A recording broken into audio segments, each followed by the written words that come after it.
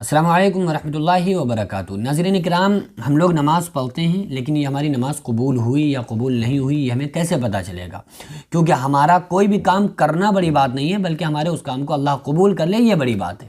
تو نماز ہماری قبول ہو رہی ہے یا نہیں ہو رہی ہے، بس ہم ایسے ہی سجدے کر رہے ہیں، تو یہ قبول بھی اللہ کر رہا ہے نہیں کر رہا ہے، یہ ہمیں کیسے پتہ چلے گا؟ ہم کیسے پہچانیں گے؟ سب سے پہلی چیز تو یہ ہے کہ جو نماز کو قبول کرنے والی ذات ہے وہ اللہ رب العالمین کی ذات ہے۔ جب کوئی بندہ نماز کے لیے کھڑا ہوتا ہے، اللہ رب العالمین کے سامنے آتا ہے، اللہ کے سامنے سجدہ کرتا ہے، تو اللہ تعالیٰ سب سے زیادہ خوش ہوتا ہے اور فرشتوں میں فخر فرماتا ہے۔ جب کوئی بندہ نماز میں سجدے میں جاتا ہے نا، تو اللہ تعالیٰ فرشتوں میں فخر کے طور پہ کہتا ہے کہ دیکھو دیکھو میرا بندہ میرے سامنے سجدے میں پڑا ہوا ہے، اور پھر اللہ تعالیٰ فرماتا ہے کہ یہ بندہ مجھ سے جو چاہتا ہے میں اس کی دعا اور تمنا کو قبول کروں گا۔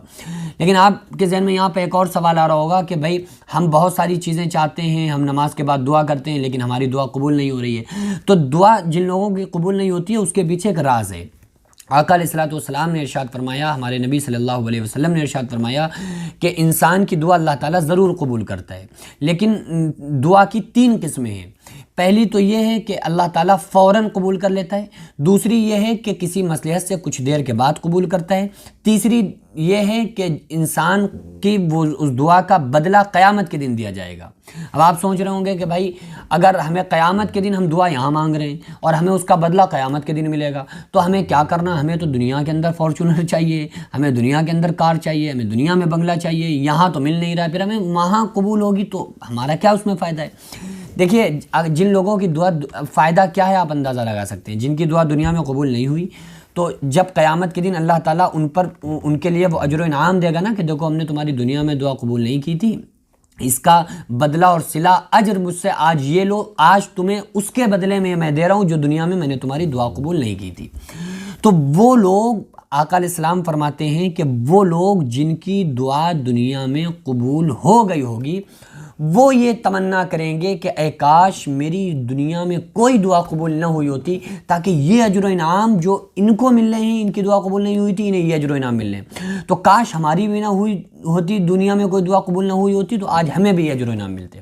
تو آپ سمجھ سکتے ہیں کیونکہ وہ دہشت کا دن ہوگا، سورج سر پہ ہوگا، سر ایسے کھولیں گے جیسے چولہے پہ ہانڈی کھولتی ہے، اللہ تعالیٰ سارے لوگوں کو ننگے سر، ننگے پاؤں، ننگے بدن اپنے سامنے کھڑا کرے گا۔ اے میرے بندوں بتاؤ میں نے زندگی دی تھی کہاں لگائی، جوانی دی تھی کہاں لگائی، مال کہاں سے کمایا تھا، کہاں خرچہ کیا تھا، اپنے علم پر کیا عمل کیا تھا۔ جب انسان روئے گا، دانت پیسے گا، خون کے آنسو روئے گا، کہے گا اے اللہ اب دنیا میں بھیج دے، اب ساری زندگی نماز پڑھیں گے، قرآن پڑھیں گے، روزہ رکھیں گے، سچ بولیں گے، اللہ فرمائے گا نہیں، پہلی بار بھی تو میں نے تمہیں پیدا کیا تھا، دوبارہ اٹھنے کو سچ کیوں نہیں سمجھتے تھے، دیکھو دوبارہ اٹھ کے میرے پاس آ گئے۔ تو یہ ساری چیزیں جب ہوں گی تو اس لیے وہ قیامت کا دن ہے نا، قیامت القاریہ ما القاریہ، کھڑکھڑا دینے والی، کھڑکھڑا دینے والی، وما ادراک ما القاریہ، تمہیں کیا معلوم کھڑکھڑا دینے والی کیا ہے؟ اذا وقعت الواقعہ، جب واقع ہونے والی واقع ہو جائے، لیس لوقعتہا کاذبہ، جس کے واقع ہونے میں کچھ جھوٹ نہیں، الحاقۃ ما الحاقہ وما ادراک ما الحاقہ، یہ سب قیامت کا ہولناکیاں اللہ تعالیٰ اس میں بیان کر رہے ہیں۔ تو ان کی دعا اللہ تعالیٰ اس دن پوری کرے گا اور اس پر اجر و انعام عطا فرمائے گا۔ اب سوال یہ پیدا ہوتا ہے کہ ہم اور آپ کی نماز میں جب ہوتے ہیں تو اللہ فرماتا ہے میں نے اس کی دعا کو قبول کر لیا، جائز دعا کو جو جائز ہوگی۔ تو اگر یہاں قبول نہیں ہو رہی تو اللہ تعالیٰ اس کا صلہ میں قیامت کے دن عطا فرمائے گا، تو بندہ بہت خوش ہوگا، کہے گا کاش کوئی دنیا میں ہماری دعا قبول نہ ہوئی ہوتی۔ بہرحال جب نماز بندے کی قبول ہو جاتی ہے، اللہ تعالیٰ جب نماز کو قبول کر لیتا ہے، اس کی ایک اہم نشانی یہ ہے کہ جب بندہ اگلی نماز پڑھ لے تو یہ اسے گمان کرنا چاہیے کہ ہماری پچھلی نماز اللہ تعالیٰ نے قبول کر لی۔ اس کی میں آپ کو ایک مثال دیتا ہوں۔ مثلا آپ کسی کے گھر پہ پہنچے یا آپ نے اپنے گھر پہ کسی کو بلایا اور آپ اس سے متاثر ہو گئے۔ اب آپ جب اس سے متاثر ہو گئے، بہت زیادہ آپ اس سے بہت اچھے سے آپ نے بات کی، وہ چلا گیا، تو اگر آپ کا دل چاہے گا آپ اس سے خوش ہو گئے تو ہی اسے دوبارہ انوائٹ کرو گے نا۔ اگر وہ ٹینشن دے کے چلا گیا، فالتو کی باتیں بتا کے چلا گیا، تو آپ اسے بلاؤ گے دوبارہ کیا ہو ہمارے گھر؟ وہ آپ کہو گے ارے یار ہٹاؤ، ٹینشن کہاں لے کے بیٹھیں گے۔ لیکن اگر آپ کے مائنڈ اس سے کھل گیا تو آپ کہو گے یار آؤ شام میں آؤ جاؤ، دوسرے دن پھر فون کرو گے بھائی گھر پہ آ جاؤ. کیوں؟ کیونکہ آپ نے اس کے بیٹھنے کو قبول کر لیا, یعنی کہ اس کا بیٹھنا آپ کو اچھا لگا, تو اس لیے آپ نے اگلی بار اسے دعوت پہ بلایا یا پھر سے دوبارہ گھر پہ اپنے بلایا. اسی طرح سے جب کوئی بندہ اللہ کے سامنے کھڑا ہوتا ہے اور اللہ تعالیٰ اس کی اس عبادت کو, نماز کو قبول کرتا ہے, تو پھر اسے اگلی نماز کی توفیق عطا فرما دیتا ہے.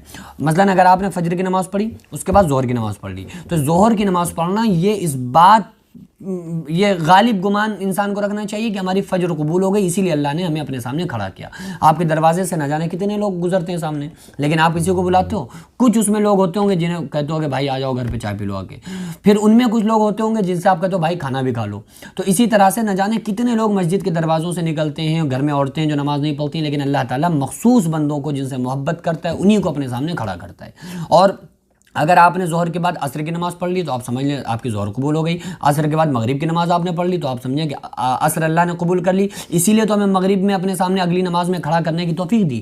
ورنہ اللہ تعالیٰ کیوں سب کو اور کسی کو نہیں دیتا, مخصوص بندوں کو اللہ تعالیٰ اپنے سامنے کھڑا کرنے کی توفیق دیتا ہے. اگر آپ نماز نہیں پڑھتے ہو تو یہ مت سمجھو کہ ہمیں وقت نہیں ملا, بلکہ یہ سمجھو کہ ہم اتنے گناہ گار ہیں, اتنے زیادہ برے انسان ہیں کہ اللہ نے اپنے سامنے کھڑا کرنا بھی پسند نہیں کیا.